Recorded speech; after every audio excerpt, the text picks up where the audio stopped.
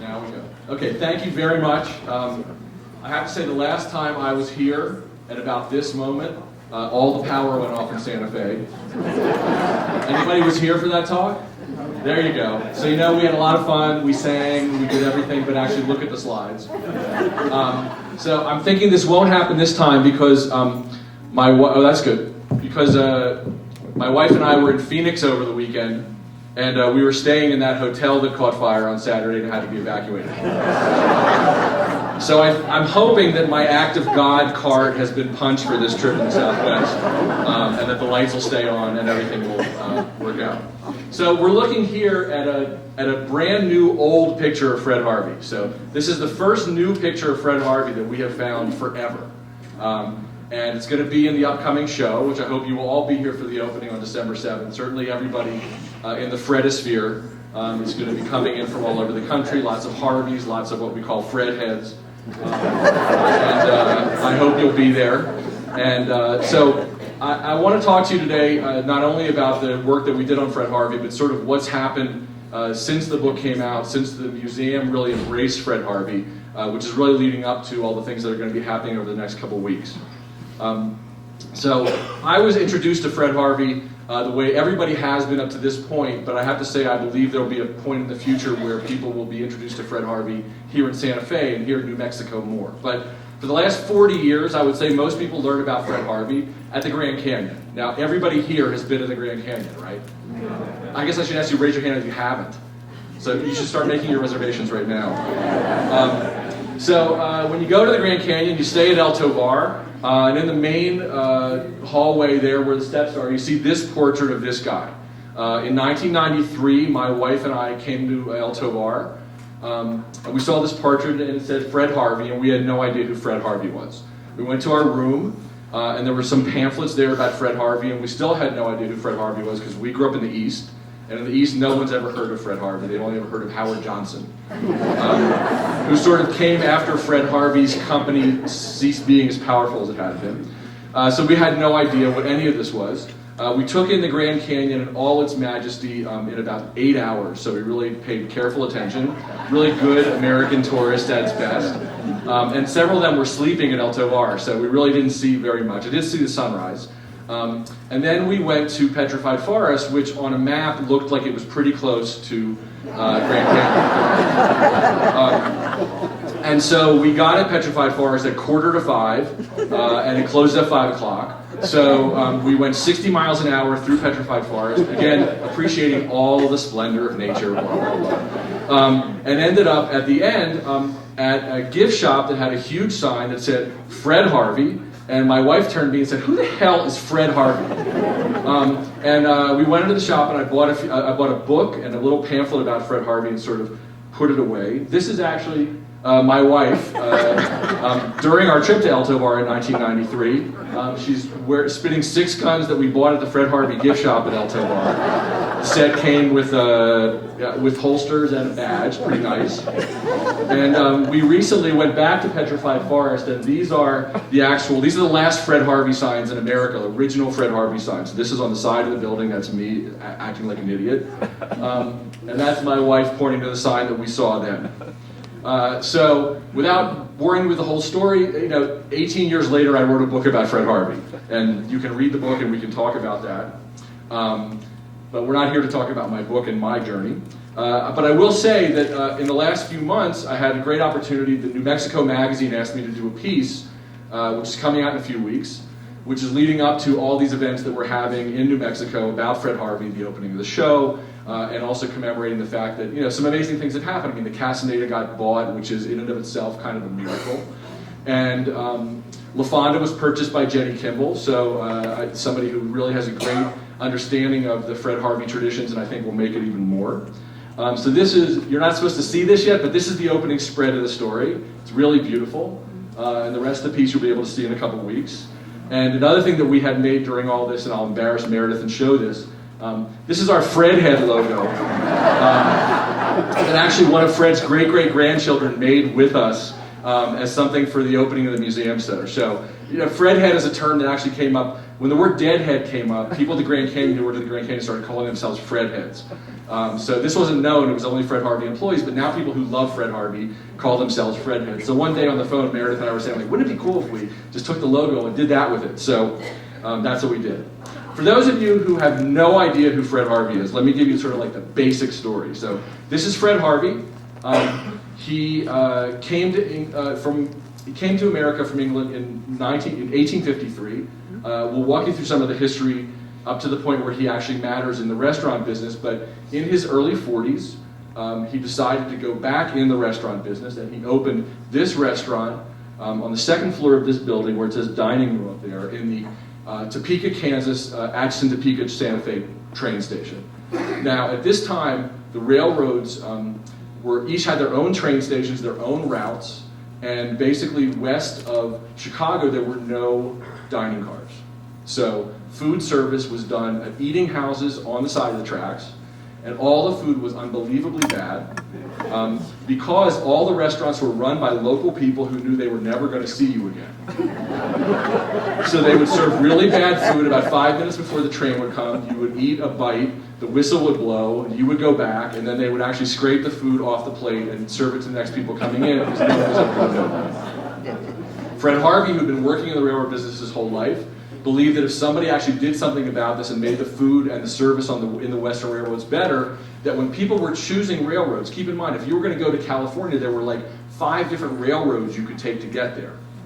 So it would be as if airlines each had their own airports and you had to choose between them. There were no Union stations at this time. So this really was about the competition between the companies. So from 1876, when they started with this little lunchroom, by the turn of the century, this is how big the Fred Harvey Company was. Now, keep in mind, we know lots of companies that are this big now. This is not so surprising. The Fred Harvey Company was the first national chain of anything in the world. Okay? First restaurants, then hotels, retail stores. They were in 80 different cities, and basically they started out with the railroads in the 1870s, 1880s had small wooden depots, and they would have a small lunchroom, sort of like the beginnings of a diner. They would have a sit-down, white tablecloth restaurant with actually really fine food and food brought in from all over the country on the trains. And they also had takeout coffee, so it was sort of like a good restaurant with your favorite diner attached to Starbucks 150 years ago. And this was a revelation in places where there was no good coffee, where you could never eat meat that was rare because you would die. So this was all over the place. And these were originally set up really for train travelers. The fact that local people liked them and got to eat in them was secondary. They were really for the people on the trains. And in fact, if you were a local person and you were eating in a Fred Harvey eating house, when the train came in, they stopped serving you. Because the people came off the train and they had to be fed and they had to be taken care of. And as soon as they were gone, then they would bring the rest of your food. That's the relationship that people had with the Fred Harvey restaurants, really for like 70 years. And they were just accustomed to it, and they realized that that was why they got these, sort of city-quality restaurants often in the middle of nowhere. At the turn of the century, after the Great Depression of the 1890s, the Santa Fe Railroad, which had gone bankrupt, and Fred Harvey, which almost went bankrupt, sort of doubled down on their mission, and especially in the Southwest. And they started building mission-style resort hotels, because the Southwest before this time was sort of like the flyover states on the way to California. No one would actually stop in the stinking desert to actually do something. But the railroad felt that maybe they could make that into a business. They built the Castaneda Hotel. It opened in 1898. And it was inaugurated in the national press because they convinced Teddy Roosevelt and the Rough Riders to have their reunion at the Castaneda. So the entire national press would have to come there. And it was like one of the great one of the first great underwriting deals for a national thing. Not long after, they built the Alvarado Hotel in Albuquerque, and they began a string of these mission-style hotels all the way to California. They also got into the Union Station business. By this time, cities were starting to build Union Stations, so Fred Harvey took over all the retail and the food at St. Louis Union Station, and then a number of other Union Stations. In 1905, they opened at the Grand Canyon. And the Grand Canyon was a whole other business. It actually became the biggest business within Fred Harvey. Everything else was much smaller. They developed into more Union stations. This is Kansas City Union Station, which they ran completely, and the corporate headquarters was in starting in 1914. Chicago Union Station, which actually used to have big Fred Harvey letters on the side of it. And then in the 1920s, the company really got involved in tourism. Now, it doesn't mean they didn't have tourism before. They were taking care of plenty of people, but they were outsourcing everything. In the 20s, they started really doubling down on tourism, especially in Santa Fe and in northern New Mexico. So they bought La Fonda, doubled its size, and created something called, come on, where's this one? There it is. The Indian Detour. And the Indian Detour was a trip to all the places that you all take for granted that people are going to go to, Native American pueblos, all this kind of stuff, but they were advertising it internationally, and people poured in from around the world to have these experiences. This is the time period when La Posada was built in Winslow. It was part of the Indian Detour program. And this is what the Harvey Company looked like at its peak in 1929. It had depot operations in more than 80 cities, including most of the major stops along Route 66. There were 7,000 employees. They had their own dairy farms, their own bottling plant in Emporia, which was the only place that could privately bottle Coca-Cola. They had huge tourism operations at the Grand Canyon and in Santa Fe. They'd taken over the Union stations, and they got involved in the airline business as well. The last of the major stations that they were involved with doing was Los Angeles Union Station in the late 1930s. The company compressed because of a number of reasons which we'll talk about in a bit. The Depression not the only one, and the cutback of the railroads not the only one. And then had a glorious comeback during the Second World War because the federal government asked all the closed Harvey restaurants to reopen to serve the troops. So for a number of years they had this enormous flow of people. They would take over the restaurants and turn them into big feeding stations. They would feed soldiers sitting in the trains. And the company had this huge comeback, which is part of the reason that in 1946, Judy Garland, who was the biggest movie star in the country, would play a Harvey Girl in a big MGM musical, which was a huge movie that year. The company thought this would be the turning point and they would get even bigger. In fact, they kind of didn't. And this is what the company looked like after the Second World War. It was still a significant company. In the Southwest, still owned many properties, and of course controlled the Grand Canyon, which was the cornerstone of tourism here. But it was a smaller company and continued into the 1960s, 1970s before most of its properties were sold. From a New Mexico point of view, keep in mind that while the Fred Harvey Company extended all the way from Chicago to California and all the way to the Gulf of Mexico, New Mexico was really, in many ways, the place where many of the major turning points for the company were. So the company had a handful of locations before it came into New Mexico. It quickly had to have a lot of locations, and the Wild West in New Mexico was much wilder than what they were used to in Kansas.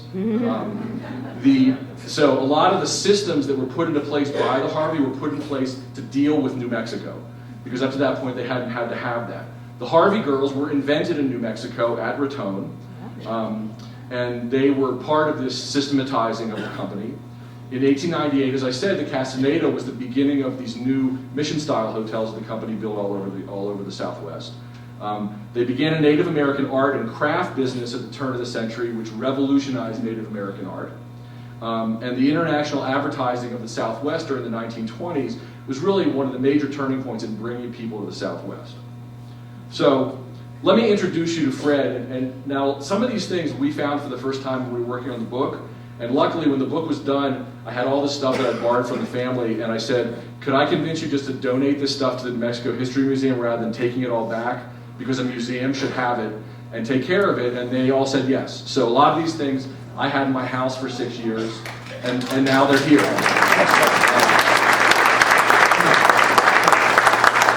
So it was our goal that when the book was done, that one place would be the new modern place to really take over the Harvey legacy. We hoped it would be Santa Fe, and 4 years later, obviously I'm here, so it worked out okay. You'll see some of these things in the upcoming show, but what's also really nice is that you can access them at the Chavez Library. I mean, they're there, and you can look at them if you're interested in doing this history. So this is the earliest picture we have of Fred Harvey, who, as I said, came to America in 1853. This is the restaurant he worked in New York City when he first got off the boat, Smith and McNell. He worked there for over a year as what is called a pot walloper, a busboy, learned the business. and then decided to go into business himself. He left New York and went to St. Louis. This is the first picture we have of him in St. Louis. I will warn you, Fred Harvey had a series of bad hair days in his life.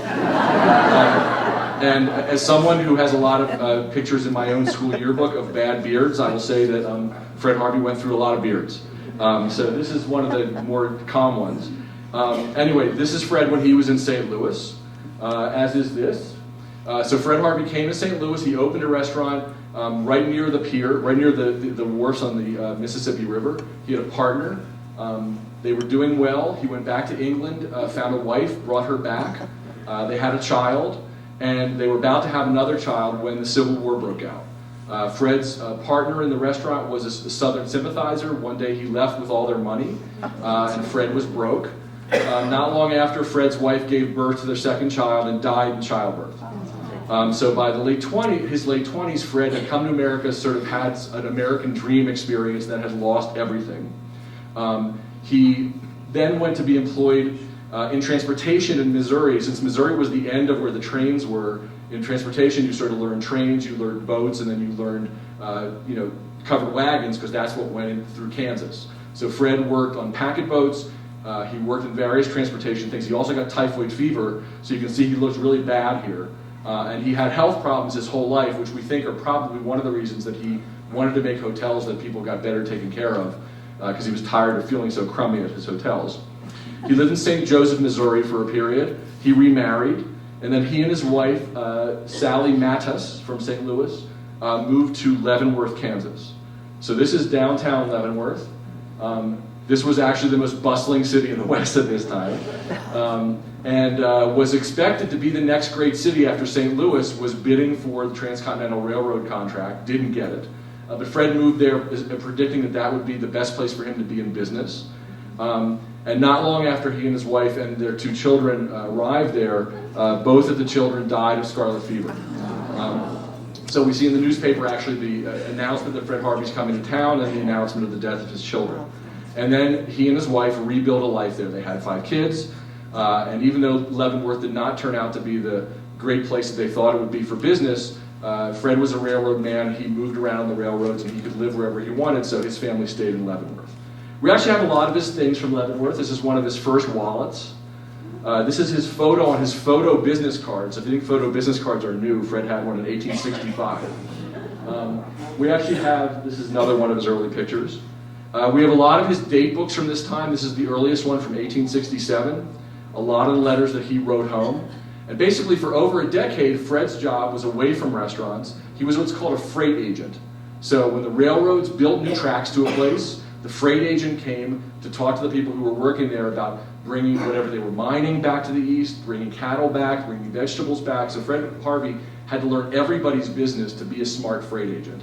And he represented a number of Midwestern railroads, and he basically, wherever the railroads attached to the rest of the world, Fred Harvey showed up. It was actually easy to research this part of the book, because when Fred came to town, it was a big deal.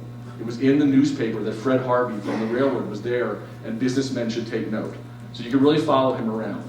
But what Fred always wanted to do was to get back into the business that he had started. So what we know is that in 1875, he cut this out of the newspaper and stuck it into his date book. This date book will be in the show. And this is, I made a PowerPoint of this. It's a list of maxims for businessmen. And the last few, I always like, law is a trade in which lawyers eat the oysters and leave the clients the shells. Give a foolish talker rope enough and he will hang himself. And then the last 3 are really the ones that Fred Harvey lived his life by. Never have anything to do with an unlucky man. Be cautious and bold and make a bargain at once. And what Fred decided to do was to go back into the restaurant business along the railroads. He first started with a partner from Leavenworth, and they ran a couple of restaurants on the Kansas Pacific. They quickly, boldly realized they hated working together, and so Fred got out of that business and instead made a deal with the Atchison, Topeka, Santa Fe Railroad, which at that time basically attached Atchison and Topeka. I mean, it was a very small railroad with great hopes, and they made a deal with Fred that if he took over this lunchroom in Topeka, he could, he would have to buy all his own furniture, but he could keep all the profits from the food, and they would bring all the food in for free, and any of his employees would come for free. And so he immediately took over this very dingy lunchroom and ordered china and ordered, beautiful, beautiful silverware and crystal from Europe and made it into like a dining room you would see like in a big city, and people really liked this. And then he moved on to Florence, Kansas, which actually was the major feeding place for the railroad. Now, these guys here are not the kind of guys you think you want to build an entire boutique restaurant at the rail. But in fact, this is who lived in Florence, except when the train came in. So when the train came in, the population tripled, and people ate at that building back there, which Fred decided that he would turn into a world-class restaurant. He hired the chef and general manager from the Hopi House in Chicago to come there. And we know how successful they were very quickly. This guy, William Phillips, was also British, because the British press took a great fascination with the fact that these two British guys had opened this hotel and restaurant in the middle of nowhere in Florence, Kansas. And so we have these glowing articles about the place from the game correspondent from the London newspaper, who couldn't believe that you could come to a beautiful place in the middle of nowhere. You could also fish and hunt, and they would prepare everything that you made. So the British were quite fascinated with the bounty of America. And so this place, which was called the Clifton Hotel, became really well known. And the model of having a very upscale restaurant in the middle of nowhere really appealed to the railroad, really appealed to Fred, and that was their operative idea. This is actually the only picture of the Clifton Hotel when it was done. Fred started making money. He invested in a number of things, including cattle. He bought a ranch in western Kansas, which for literary fans, I always thought was cool that the ranch is, part of the ranch is Holcomb, Kansas. Does that name mean anybody? Anybody? In cold blood. So the in cold blood murder. So Fred Harvey owned the farm where the in cold blood murders took place. I have to say, I thought that was really cool. Anyway, but he was really smart. He bought this ranch with his bosses at the Santa Fe so that they would make money in the cattle business, and they could all think that they were like cowboys. So because they were sitting in an office in Chicago or in Boston, and he brought them into the deal. They all owned a ranch together, and they all made tons of money when the ranch sold. So this was like a great thing that Fred did. Fred always had angles. But he was a guy who always had angles, but always did the right thing. So that was his reputation. This is a picture of Fred during this time as he's getting prosperous. It was taken in San Francisco. This is his wife, Sally, who did not travel with him that much, was really at home.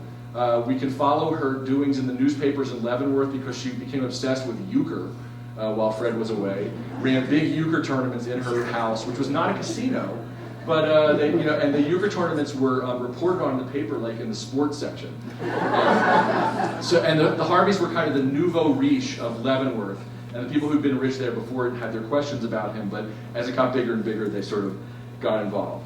So the Harvey Company at this point literally is 4 cities in Kansas and 1 in Colorado, and then they come into New Mexico and everything changes. So my intern made this this PowerPoint thing and said, watch this, it's going to be really cool. So this is actually what the lines look like to the railroads. So the railroads don't deal with, they only look at, this is like one of the really stylized maps. So the Santa Fe Railroad came into, it worked, came into Las Vegas on July 4th of 1879 and quickly moved its way across the country. February 9th of 1880 in Laney, it bypassed Santa Fe, as we know, then on to, that's the branch line of Santa Fe. It went on to Albuquerque, to San Marcial, to Rincon, to Deming, to the Texas border, and then they came back and built the branch line from Las Vegas out to the Montezuma Hotel. And that was a good slide, huh? Now we'll move. There you go. And what we know is there was no restaurant in Las Vegas when the Fred Harvey Company came there, so they actually brought a train car, and they made it into a restaurant, and it sat on the trackside, and this is an earliest article from 1880 about that restaurant. They also took over what was the old Stone Hotel up on the Hot Springs, and the railroad decided to build a huge health resort next to it was called the Montezuma. Fred Harvey basically moved here for a long period of time. Ironically, his own health was really compromised by working on this hotel. It was so difficult. It opened in the spring of 1882 to huge national press. The press corps from all over the world came to this. It was so beautiful. It was so cool. Unfortunately, it was a terrible business. And in fact, we recently found this. Actually, Heather Paxton, one of our researchers here in the front row, she found this. This is the joke of research. We went through the Las Vegas Optic about 10 times we were writing the book. This article wasn't there in the thing when we looked for it, but it was there then when we found it recently. So this is actually the first hint that Fred Harvey actually wants out of the Montezuma after a year. So Fred Harvey actually a year later is no longer actually running the Montezuma. A lot of his employees are still there, but what they're realizing is the Fred Harvey company wants to be a trackside hotel business, not that, and the Santa Fe takes the Montezuma over and ran the Montezuma for all the other years that it was run. Interestingly, this is around the same time that the Harvey Girls start. Now, we don't have exact everything perfect about the Harvey Girls, and if you guys want to start researching things, start looking at 1883 and try to figure out the exact things that went from the Fred pulling out of the Montezuma to the Harvey Girls starting later that year. But basically what happened was, in New Mexico, all waiters were African-American men. There were just no single women here who weren't prostitutes. But there was also great racism here because a lot of the cowboys had been Confederate soldiers. So the African-American male waiters were living in fear. And after another racial incident in Raton, it was decided that the Fred Harvey Company would start bringing in waitresses and having single women run at the counters rather than African-American men. This was not decided by Fred. And one of the things you need to know about Fred was that Fred was a great delegator, a great believer in his employees and their ideas. It was the idea of this guy, Tom Gable. We actually found this picture not that long ago, too. Tom Gable was interesting because he started the Harvey Girls. For those of you who know your Santa Fe history, Tom Gable also was the first game warden of the territory of New Mexico and helped build the fish hatchery up in Pecos. And so if you hunt or fish in New Mexico, the great-great-grandparents of the animals you're catching and killing were brought here by Tom Gable. Just an aside, I've been fishing all week. So. The Harvey Girls obviously became a huge phenomenon as the company took this policy and moved it all around the country. 100,000 women had the experience of being Harvey Girls from the 1880s through the 1940s. It was an opportunity for women to travel, to live independently. The deal was you came, they trained you in the Midwest, and they sent you to wherever they needed you to be. You got a 6-month contract which you signed agreeing not to get married. And if you stayed single, or could conceal the fact that you weren't with child for 6 months, you then got a bonus of a trip anywhere on the Santa Fe, and then you could re-up if the Harvey Company liked you. And this was, you can't underestimate the importance of the Harvey Girls and the growth of American women, especially in the Midwest and the West. I mean, there were no other opportunities for women to work, to travel, and the Harvey Girls that you meet today, former Harvey Girls, are all great. You can only imagine, since they were products of the 20s, 30s, and 40s, what the people from the 80s, 90s, and teens were, how different they were from most women. So it's a really cool tradition. These are just a variety of pictures of Harvey Girls that we have found over the years. There are lots more to find, I will tell you. Some urban, some suburban, some out in the middle of nowhere. This is one of my favorite paintings of a Harvey Girl, which is going to be in the show. It was actually created, a lot of art was created during the Harvey Girls movie, and this is a painting that was created during the Harvey Girls movie. They also set off years of tchotchkes that you could buy having to do with Harveys. You can still buy these Harvey Girl figurines, but this is a really old one from the Skip Gentry collection, which will, no? It's from a different collection, but it will be part of the show here. This is one of the few pictures you ever see of a Harvey girl with a guy. Because the reason the Harvey Girls were dressed like nuns with bow ties is because they wanted to make sure that no one thought that anything, untoward was going on. So they were never photographed with men, even though, of course, how many of you have seen the movie The Harvey Girls? So at the beginning, there's like a 98-minute montage, which is basically like a bunch of guys in town waiting for single women on a train to come in. That's probably the only thing in that movie that's true. Because think of it, in any social setting, when single people come in, that's a big deal. And the Fred Harvey Company, one of their side businesses, was bringing new single women into towns large and small across the country. There were also, we don't talk about it that much, a lot of Harvey men. Of course, the Harveys trained generation after generation of restaurant managers, chef. It was America's culinary school before there was any kind of culinary schools in America. And while Fred Harvey's name was out there and everybody knew it, the day-to-day operations were run by this guy, David Benjamin, a Jewish immigrant from London, and he had been Fred Harvey's bank teller in Leavenworth, and he was made Harvey's accountant, and within a year he was running the day-to-day operations of the company. He was also a guy who always found himself in difficult situations and could always wiggle out. In 1899, he was on a business trip to Galveston, the day of the Galveston hurricane. Did fine. In 1906, he just happened to be in San Francisco the day of the Great San Francisco earthquake. And in the summer of 1914, before the Harveys opened their Kansas City Union Station, he and his family decided to take the Great Tour of Europe. Not a great time to take the Great Tour of Europe. They were stranded there, and the federal government actually had to send gold on ships to bring the American citizens that were stuck in Europe back. But David Benjamin was a guy who was completely unflappable and stood in day-to-day for Fred. They worked out of a little office actually in the Union Depot in Kansas City. But because the name went out there and a lot of people found out about it. So this is the earliest piece of Fred Harvey's Santa Fe china. If you find this in your stuff, Meredith wants it. But if you sell it, you could probably retire a lot of times. The Harvey market is very big. But more important and more interesting, I think, are the Harvey system lessons, which still seem incredibly modern today. So this is a list of Harvey fundamentals that was taken from a dining car chef's materials. I made a PowerPoint on it so you can read it. But this is really interesting. These go back to the 1880s, and think about this. So, I mean, some of them are kind of obvious, but look at the end. Real services without discrimination. This is a company that was working in areas that still had Jim Crow laws, which they violated because they did not have separate seating. Preserve or create, never destroy. I mean, a lot of companies right now are starting to get an environmental message. Fred Harvey was talking about it more than 100 years ago. Tact is an asset and honesty is still a virtue.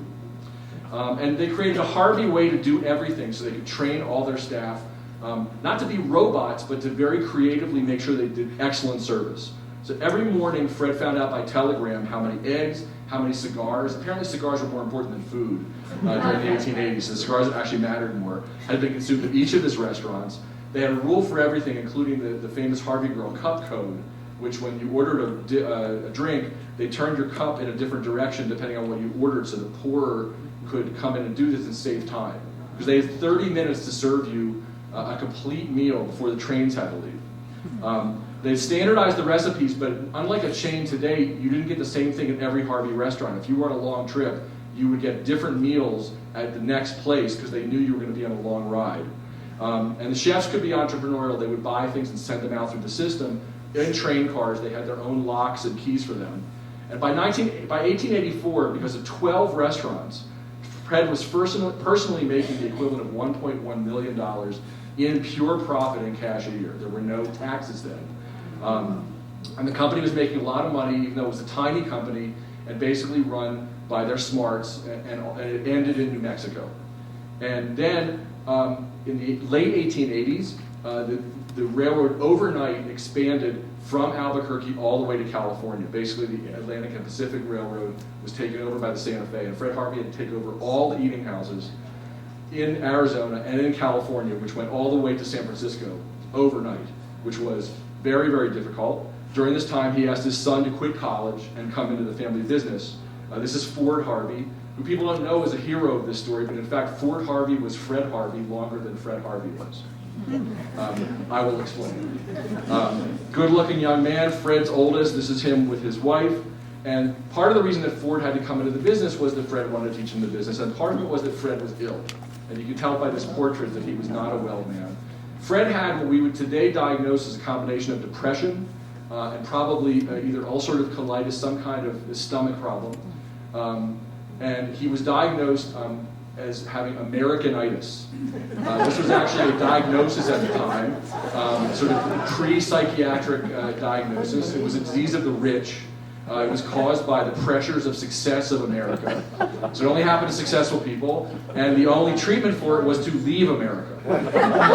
So starting in 1884, as his empire was growing, he turned over the keys to David Benjamin and to his son, and was in England for more than half of the year, basically waiting to feel better. And they would send him telegrams, he would make major decisions, but he was less and less involved day to day, and more answering questions from England. And then, in the late 1880s, the Santa Fe Railroad got into financial trouble, and they fired the guy who loved Fred, who had allowed all this stuff to happen. And the Santa Fe Railroad and the Fred Harvey Company actually went to legal war for like 4 years. Now, no one told this story when the Santa Fe was telling the story, because it's not so romantic. But it was not pretty. It was a big legal situation. Fred Harvey won in part because he had given away so many free passes to politicians and judges over the years. And those free passes were like gold back then. That miraculously, the Santa Fe Railroad, which had billions of dollars, I mean, it was the biggest railroad in the world at that time, and all lawyers they had, was beaten out by its little concessionaire. and they could hold the line, but it was a very difficult time. And the only reason the Fred Harvey company was saved was that the Santa Fe Railroad went bankrupt in 1893, and the receivers could not afford to fire Fred Harvey, because if they would have to take over the food themselves. So Fred Harvey company was saved, and it was restarted as America was restarted in the middle 1890s after the Depression. So Ford took over the business. They made a new deal with the Santa Fe. The Santa Fe finally added dining cars in the West, which the Fred Harvey company took over. They added retail, and the Fred Harvey set up a side business to start running Union stations. And Fred Harvey started becoming a brand. So even though Ford was running the company, what you saw was Fred Harvey's name. His signature was turned into a logo. They started signing everything that came out of the office Fred Harvey as if Fred Harvey had signed it. And they really created this idea of American branding, which was very new at that time. So they went into dining cars, they went into Union stations. At this time, Ford's sister, Minnie, and her husband, John Huckel, who had been in the retail business and in the publishing business in New York, came back to Kansas City to be involved in the family business. And John Huckel ran all the retail. So these are some of the stores that were in St. Louis Union Station in the 1890s. They had amazing 24-hour-a-day bookstores that delivered not only in the city, but if you were traveling and you ordered a book, it could be in the hotel you were going to in the next city. And there were articles in Publishers Weekly during this time that if there's going to be chain bookstores in the world, it would be great if they were all like Fred Harvey stores. That's the truth. So Fred didn't get to see a lot of this. He was increasingly ill, increasingly in England. This is the last picture that was ever taken of him. And he died in 1901 of complications of colon cancer. He left this amazing will, which basically said that his estate could not be probated for 10 years. And basically no one could say he was dead for 10 years. Because they wanted to make sure that the Fred Harvey brand continued. So his kids were not happy because they didn't get a penny for 10 years. But the company maintained exactly the way it was without a beat.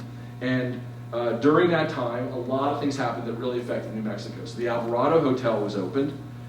This is actually a great picture of the Alvarado, which shows how close this very serene garden was to the trains. They're very mindful of how close they needed to be to the trains, but they really wanted to have amazing spaces. And around this time in 1901, the Santa Fe finished a railroad to the Grand Canyon, which it had no idea what it would do. The Grand Canyon had been a mine, and some of the miners had started taking people on burro rides because the mining was so bad. And they had this idea there would be tourism, so the Santa Fe decided to get involved. The turning point is a great thing for New Mexico and for northern Southwest tourism, because basically in 1901, right after this train was finished, the top brass of the Santa Fe Railroad, including Ford Harvey, took a journey through what we now consider to be the most basic places you would go. Acoma, Chaco Canyon, all those places that at that time, up to the Four Corners, places that no one really went at that time. And they went and they roughed it. You can see they're all wearing their roughening outfits. They roughed it, although they had like hundreds of people there to like make tents for them and beds for them. They had 100 Navajo Indians ahead of them everywhere they went. And somebody should make a movie about this trip, actually. It's actually fairly well documented. And so they discovered what the northern New Mexico, what northern Arizona could be if people actually stopped and looked at it. And they spent several days there with Charles Loomis, who was a great popularizer of the Southwest. This is one of their campsites. And they ended up at the lip of the Grand Canyon arguing about where El Tovar should go. That's Fort Harvey on the left, that's Charles Loomis on the right. The reason that El Tovar is such a weird shape is because the company wanted to build it out over the edge, and Charles Loomis thought that was terrible, and he got them to agree not to do it, but he was afraid they wouldn't listen. So he went to his friend Teddy Roosevelt, who he'd gone to college with, and told him that the Santa Fe was going to build this hotel and ruin the Grand Canyon. And the president did convince him not to do it, and in fact, Teddy Roosevelt's famous environmental speech at the tip of the Grand Canyon, if you read the whole speech, the beginning of it is about El Tovar. The beginning of it is about, when he's talking about we can't ruin anything that's natural in this country, all this kind of stuff. The first line of it is, I congratulate the Santa Fe Railroad for finally deciding not to build their hotel off the end of it. And no one writes that part. They only write the part that's more global. So at this time, the Ford comes back from his trip. He has that southwestern look in his eyes that you guys probably all had before you moved here, right? The first time you came out, it's like, wow, can I live here? Can I never go back? Can I buy turquoise for everything? So he came back to Kansas City, and his sister, who actually had been collecting here already and was really into this already, saw this as a great opportunity, and they decided they would go on the side into the Native American art business. They actually just wanted to open a little museum in Albuquerque in a little space that was between the train station and the hotel. They brought on a guy called Herman Schweitzer, who was their manager at Gallup, who knew a lot about Native American art. He had been going up into the Navajo reservation and getting people to make him more tourist-friendly art. At the same time, he was curating and buying things that no one could have. So the interesting aspect of the Harvey Company is that it both saved most of the Native American art that existed and also popularized more commercial versions of Native American art at the same time. So Schweitzer ran this operation, and it was Schweitzer who hired Mary Colter. So Mary Colter was an industrial designer. She lived in Minneapolis. They found out about her because of a friend of hers who worked for Fred Harvey on one of the ships in San Francisco, because they had a restaurant on the ships between Oakland and San Francisco Bay. They told her about Mary Colter. They brought Mary Colter in to design what became called the Indian Building. Now, the Indian Building was supposed to be a museum. It was just supposed to be a thing for them to show off how great Native American art was and to get people to take Native American art more seriously. What they didn't count on is that, one, Mary Colter would do this amazing design, and that all these Native American things that normally would be seen in a pretty spare environment, when brought all together in a lush environment, seemed like something that people really wanted. She did it mostly for display originally, but in fact, people saw it and said, I want my house to look like that. And now all your houses do look like that. So they thought they were having one museum, and in fact, people kept coming in and saying, I want to buy that. I want to buy this whole room. I want this in my house. So suddenly the Fred Harvey Company had to start collecting at an unbelievable level. And they came, every time somebody died who had a lot of stuff in Santa Fe or anywhere in New Mexico, the Harvey Company bought the estate because their business in Native American art grew and grew and grew. And the Indian Building became this incredibly popular place. It also just turned out that, you know, when movies began in California, the train went through Albuquerque. So in fact, the first people who learned about the first cowboy movies were shot at the Alvarado because these directors were coming back from California and they saw these Native Americans by the place. So in 1911, Max Sennett, who was mostly did comedies, made this short, a silent movie called The Tourists, the story of which was that a bunch of tourists missed their train in Albuquerque. And so the women were kidnapped by mean Native Americans. And then the Indian suffragettes, which were the Indian women, went on the warpath, withheld certain things from their husbands until the white women were turned back. And then everybody lived happily ever after and waited for the back of the train. So this is, you know, early days of film, but this was filmed at the Alvarado, and lots of other movies were filmed at and around the Alvarado. And most people in Hollywood found out about cowboys, whatever they knew, and Indians, whatever they knew, which was often little, from this.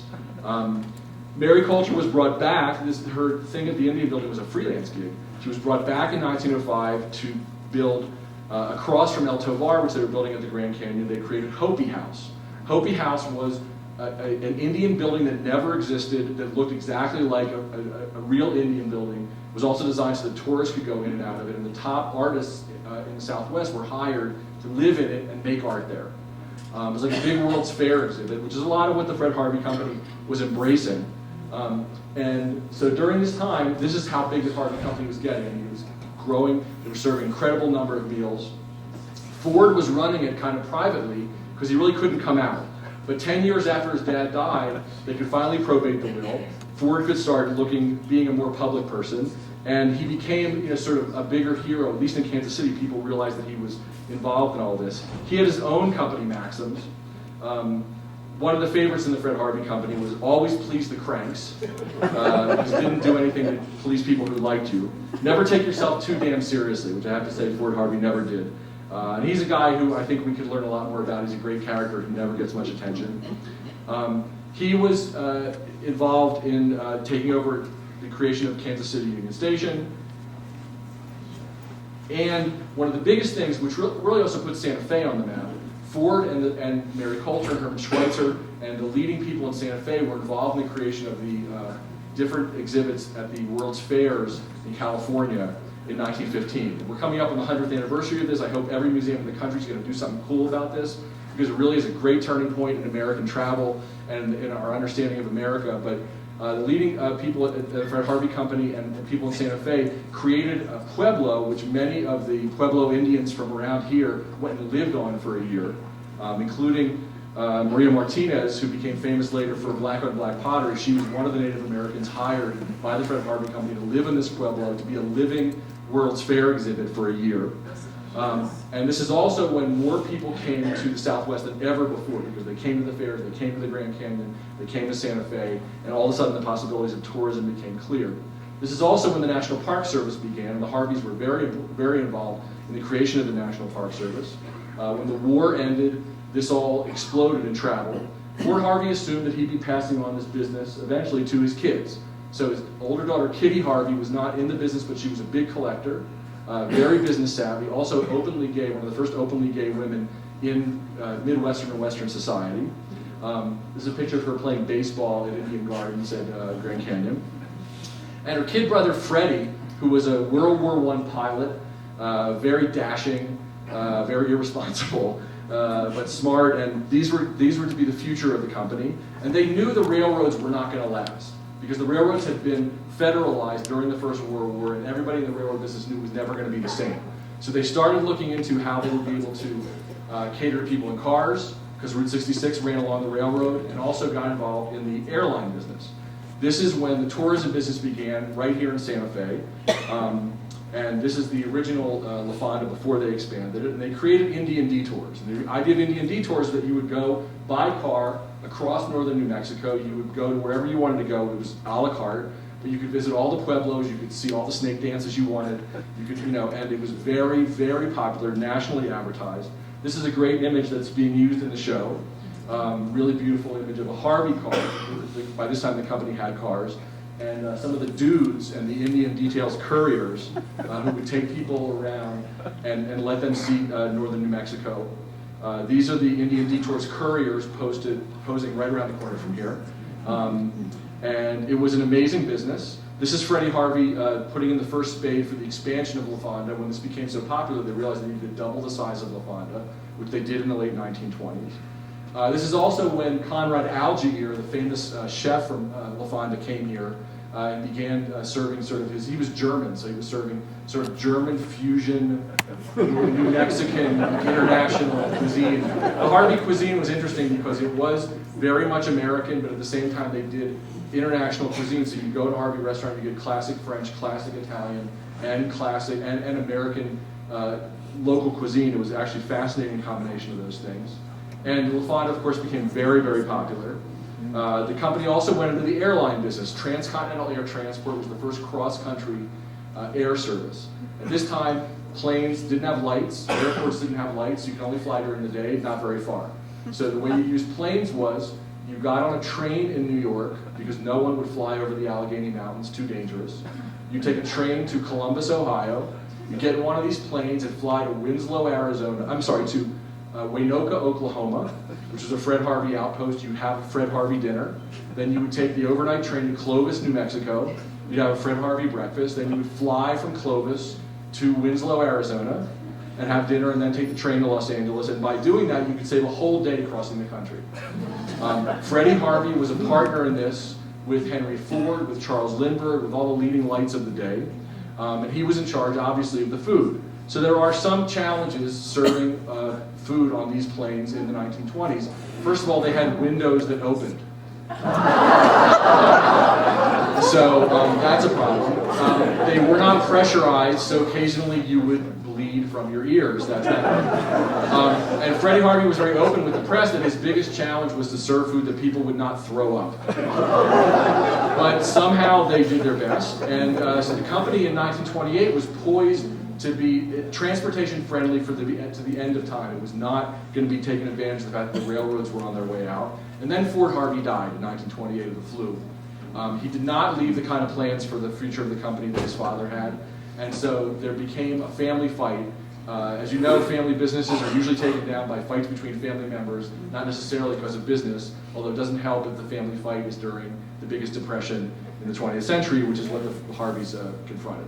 So Freddie and his sister Kitty inherited all the stock of the company, but Ford's younger brother Byron in Chicago thought that it was his time to run the family business. And so the two of them were at war during this time period. Minnie Harvey, who we heard about before, who was instrumental in the Native American art business, she tried to get in the middle of all this.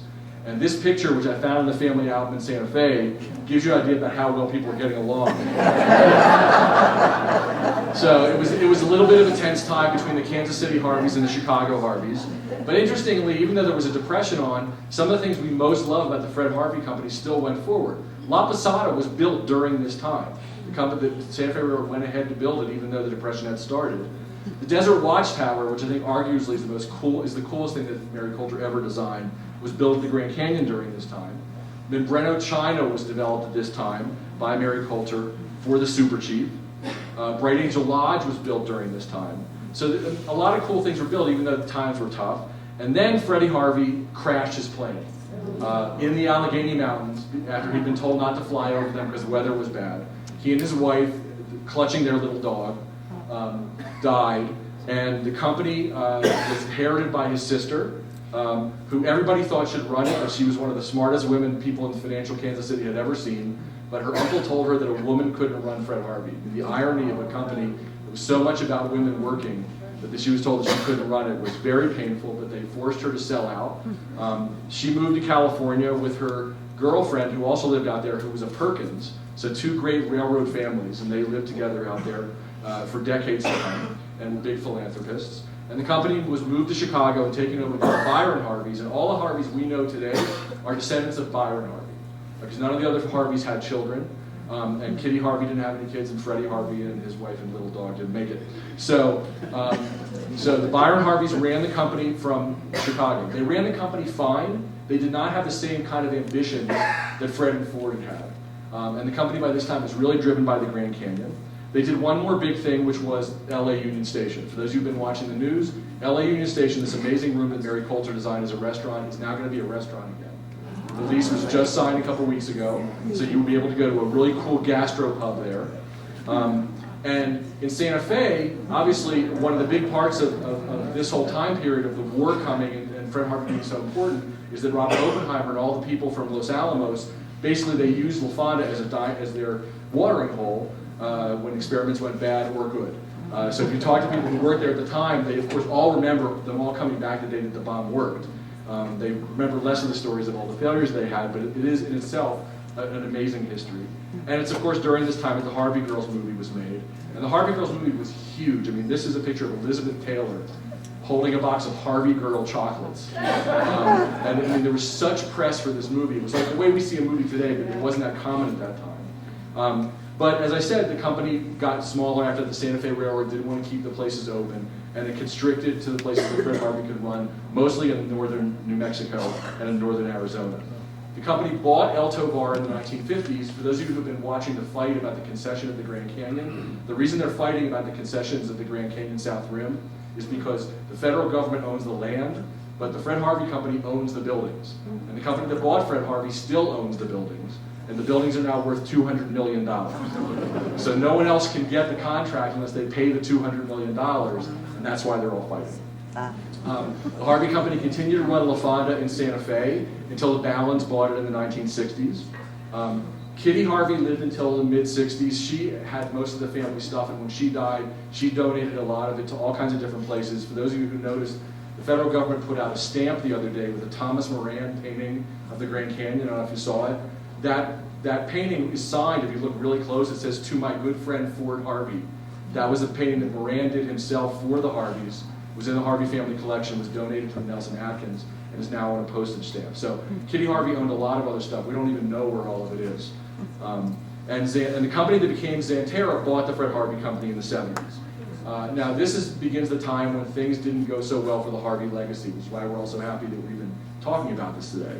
So for those of you who live in northern New Mexico, you know the Alvarado, after a long preservation fight, was destroyed. And a lot of other places were endangered, obviously the Castaneda. The Harvey art collection, luckily, was kept together by the family. It was separated from the sale, and it was donated to the Heard Museum in Phoenix. And the Heard Museum began the curation of some of the Harvey things. They had several very important shows, one in the 80s, one in the mid-90s, that became the beginnings of what I think of as sort of the new Fred revivalism. the Fredisons, as we call it. But a lot of that also started happening in New Mexico. In Belen, New Mexico, some of you know Maureen McMillan. She was one of the first to have an idea for how the local Fred Harvey restaurant could be turned into a little museum. A couple from California, Alan Affeld and Tina Mione, bought La Posada in Winslow and began bringing it back to life, a model that we now believe they will bring to Las Vegas because they bought the Castaneda and the Plaza Hotel. Castaneda sat there vacant for a really long time. People were really scared about it. I remember being here 4 years ago thinking, you know, if I ever got up here and they were talking about the Castaneda being reopened, it would be a miracle. And Jenny Kimball just bought La Fonda from the Ballin family. Just so you know, the Ballins were not so into the Fred Harvey thing. Because honestly, when they bought the hotel, the Fred Harvey thing was not a popular thing anymore in the 60s and 70s. So while they had great respect for the city and La Fonda was a cornerstone of the city, they were not that interested in making sure the Fred stuff was real prominent. When Jenny took over the board of managers a number of years ago, she started bringing more of it back and started seeing more Fred stuff in there. I think you'll see even more Fred stuff there. We consider Jenny a Fred hit. And before I finish, what I would like to put forward, because a number of people have asked about this, is that people have asked, well, what can we do with all this new interest in Fred Harvey? I mean, I think it's an incredible opportunity for the state. It's an incredible opportunity for schools. It's an incredible opportunity for Las Vegas, even for Albuquerque that has run away from its past. And I just want to suggest some things that we can think about in terms of what we do next with this interest. It's important to reclaim the Fred Harvey, Harvey Girl, and Santa Fe Railroad stories of Las Vegas, Albuquerque, and Santa Fe. In reality, we know less about them than you think. It's just the stories you've already told are really good stories. But there are long periods of time where we don't know too many stories. It's important to explore the earliest Harvey Girls. This is a completely New Mexican story. The Harvey Girls were invented in New Mexico to deal with New Mexico. Most of the things you hear about Harvey Girls are from 20th century people who are still alive. So there's a lot we do not know about the first 10 or 20 years of Harvey Girls. The life of the Indian building, which is incredibly interesting, incredibly controversial in some areas of Native American art, has not been well documented, but it is a thing that existed in New Mexico, mattered to the whole world. Every museum that has Native American art that was born in the 20th century, almost every piece of it originally sat at the Indian building in Albuquerque. The Fred Harvey Company was the center of all collecting of Native American art. We actually know very little about Mary Colter, even though we talk about her a lot. We know very little about her personally, we know very little about her stuff, and while people are always told that it's finite, it's all gone, we find new stuff all the time. It's in people's closets, people took it, people have it, they don't know what to do with it. Bring it to us. We don't bring it to Meredith, bring it to the museum. These things are, when they redid the Montezuma Hotel in Las Vegas, they found that people have like huge parts of it. I mean, somebody had the fireplace in the main lobby in their garage. Because it had been taken when the Montezuma was useless. And when they put the word out that they wanted everything back, they needed everything back. Well, here's the word. The Castaneda is going to be reopened in the next year and a half. So any stuff that you have from there, let's get it back together. And the people who are trying to put together the Wheels Museum in Albuquerque are very much trying to maintain the Albuquerque part of the story, and they have plenty of storage space when they finally get open. So the Albuquerque stuff is available. Let's look at Harvey cuisine. Very little is known about it. And in fact, some of the great Harvey chefs were New Mexico chefs. Not only Conrad Algier, Dan Taché, who was the chef at Castaneda. There's much to be known. Explore the role of the Harveys and La Fonda in the cultural and scientific life of Santa Fe. Explore how U.S. history, travel, and the legacy of the Indian Detours can be used to rebrand and reinvigorate New Mexico tourism. And let's rebirth Las Vegas the way that Winslow, Arizona was reborn, and use the Belen Harvey House as a model for the smaller Fred Harvey cities across the state. I'm going to end, as I always do, with my favorite Fred Harvey picture. This is from 1930, Albert Einstein at the Grand Canyon. When Albert Einstein came to America on his famous tour of the country, when he gave his famous lectures at Caltech, he mentioned that every little kid in the world, even little German kids, want to play cowboys and Indians when they're little. So somebody had the bright idea to bring him to the Grand Canyon, which is what celebrities did at that time, and still do. So when a celebrity came to the Grand Canyon, they were named an honorary chief. So Albert Einstein got there, he got off the train, he saw all these Native Americans who he thought were just there. He didn't realize they worked for the Fred Harvey Company and their job was to be Native Americans there. He just thought that, a flock of them had come by, he thought that was and so the Native Americans who worked for Fred Harvey, they went to Herman Schweitzer, who we met before up there in the corner, and they said, well, who is this guy? They said, well, he invented the theory of relativity. And they said, okay, we will name him the Great Relative. And this picture of Albert Einstein being named the Great Relative was on the front page of every newspaper the next day. That's what a big deal going to the Grand Canyon was at that time, such an unusual thing. I'm going to stop here and take questions. If anybody ever needs to find me or interested in this, you can find me on my Facebook page, my Facebook author page. We also maintain a Harvey Girls cookbook page where we've been posting old Fred Harvey recipes, which you are welcome to try. I wouldn't use as much lard as they did, but that's up to you. And if you haven't read Appetite for America yet, I encourage you to do so. We will be signing books here later, and I will tell you that two things you should keep in mind. One, the December 7th opening of Setting the Standard, which Meredith has been working with incredibly hard with collectors and family members all over the country. It's going to be amazing.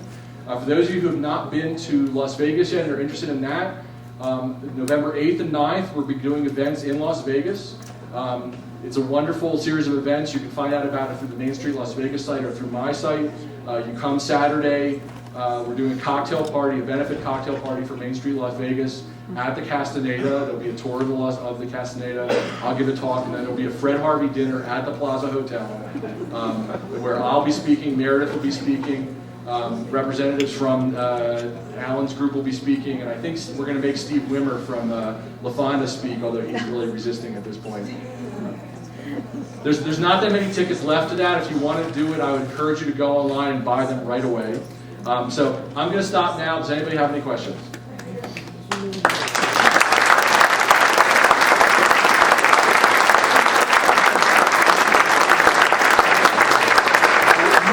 Come on, so are we miking the questions or am I just repeating them? You repeat them. Okay, yes, go ahead, ma'am. Waynoka, Oklahoma. It's in the Panhandle. All the Fred Harvey stuff is in the western part of Oklahoma.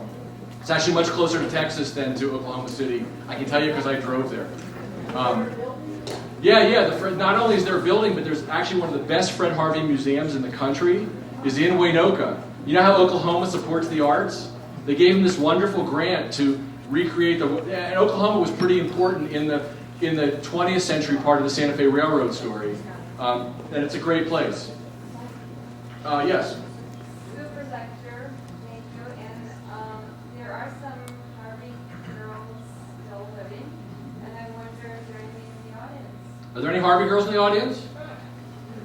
Oh, I thought since you asked you would know. There is a new documentary called The Harvey Girls Opportunity Bound, which was on PBS in New Mexico and in Arizona. You can order copies of it. We'll be showing it here during the opening of the show, nonstop in this auditorium while people are touring the show. But there's actually a lot of Harvey girls still alive. All of them, obviously, because of time, served from the 40s forward. They have great stories, and we've had events with them here before, and I'm sure we'll again. Yes? Anybody else? Yes? I understand that they dammed up the river just close to Montezuma in Las Vegas for ice for the Harvey House in Las Vegas. The question was whether they dammed up the river for ice for the Harvey House, for the Montezuma. I think that's actually true. I think it actually was not that uncommon. I mean, I think that's how you got ice in the winter. You dammed up rivers, then you broke it up. The Montezuma was unbelievably lush. It had this incredible, it had a pool room, it had a casino, it had this incredible wine cellar, which when it burned down in 1884, they said that the firemen spent most of their time looting the wine cellar rather than trying to keep the building from burning down. But the Montezuma was an amazing, excessive place. The only thing I will say is that I've sort of put a damper on this by explaining that Fred Harvey wasn't involved with it for that long, which isn't good for the docents. But they've actually taken it okay. Yes? Thank you.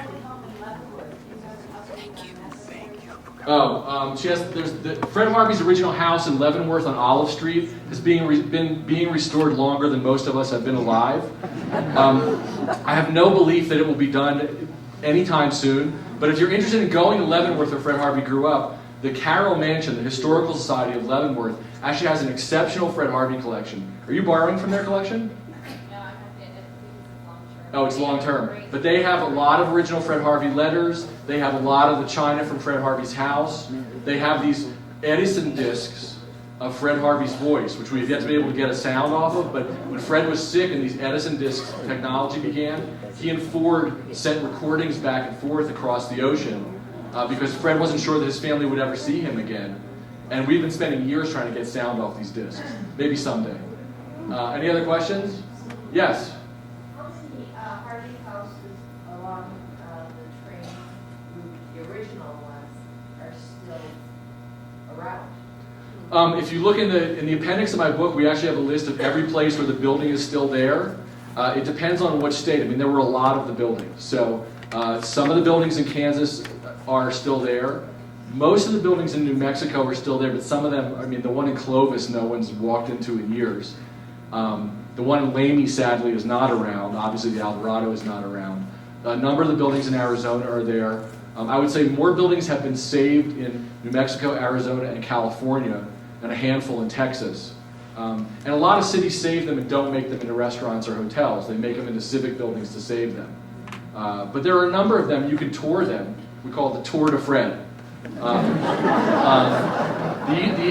The easiest Tour de Fred for people here is basically start in Las Vegas and go all the way to Grand Canyon. If you do that, you can see a great number of Fred Harvey properties, including the inn at the Petrified Forest, which is still very cool. But there are a number of them, and people have been trying to help. It's a very local thing. So local people have to get together to save the thing. You're lucky you live in Santa Fe that has always had, for most of everybody's lifetime, La Fonda. But there was a time when La Fonda was the only active Fred Harvey place left, except for the restaurants in the Grand Canyon. Now there's more, and there's the opportunity for more. Any other questions? Can you put your website up again? Yeah. No one's ever asked me that before. I always feel bad to leave it up there rather than a picture.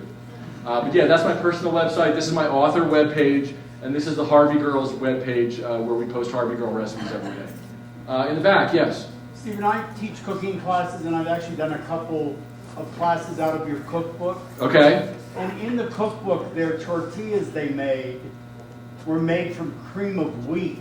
And they're not good. But I wonder, and we've made them. Are you talking about, I haven't published a cookbook, so you didn't make them from my The cookbook. Fred Harvey cookbook? Yes.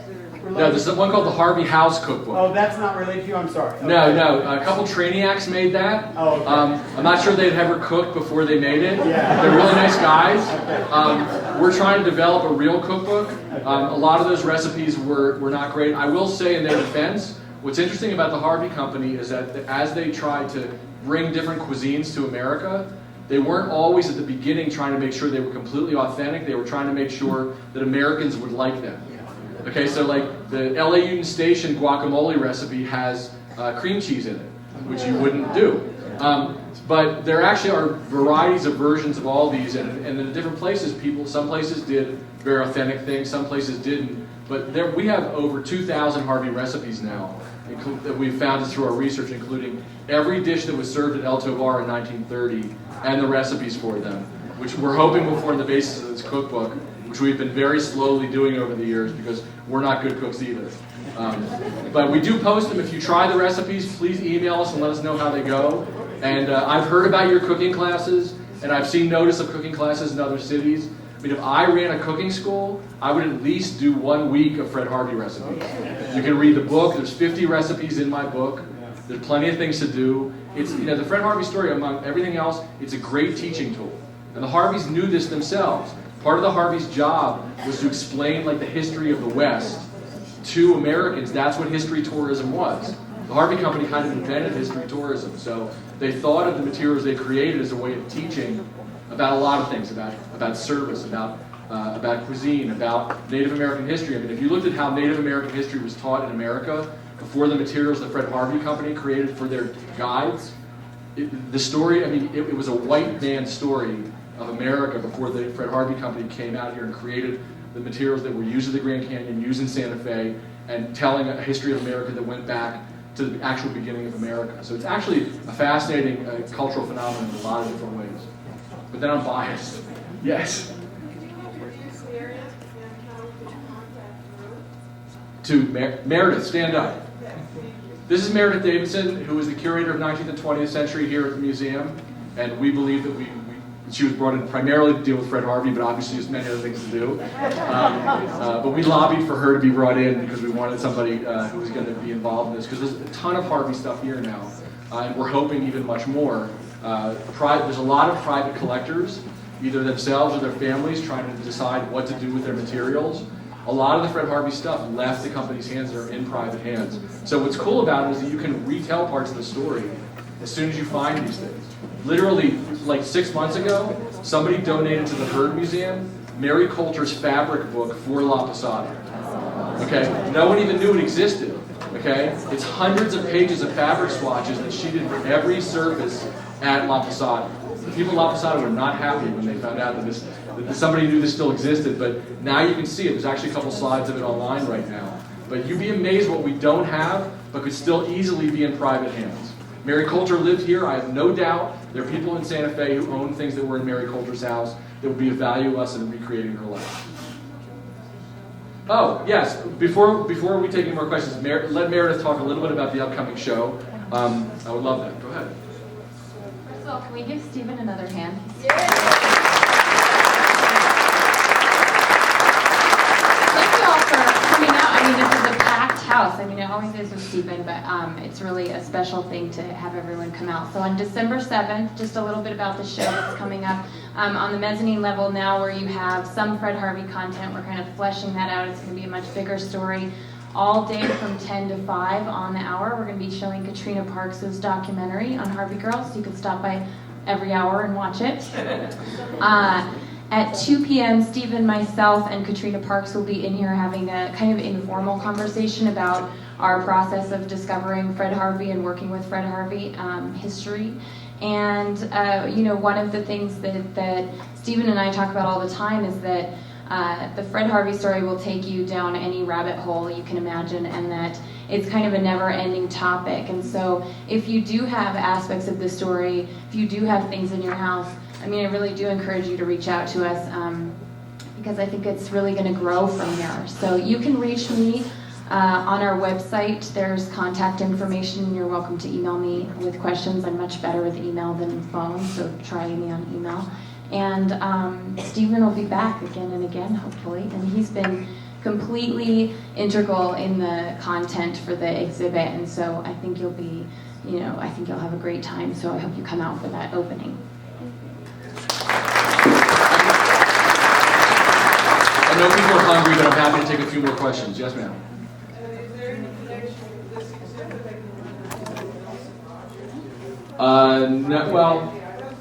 that the question was whether there's any connection between this exhibit here and the Mills and Rogers.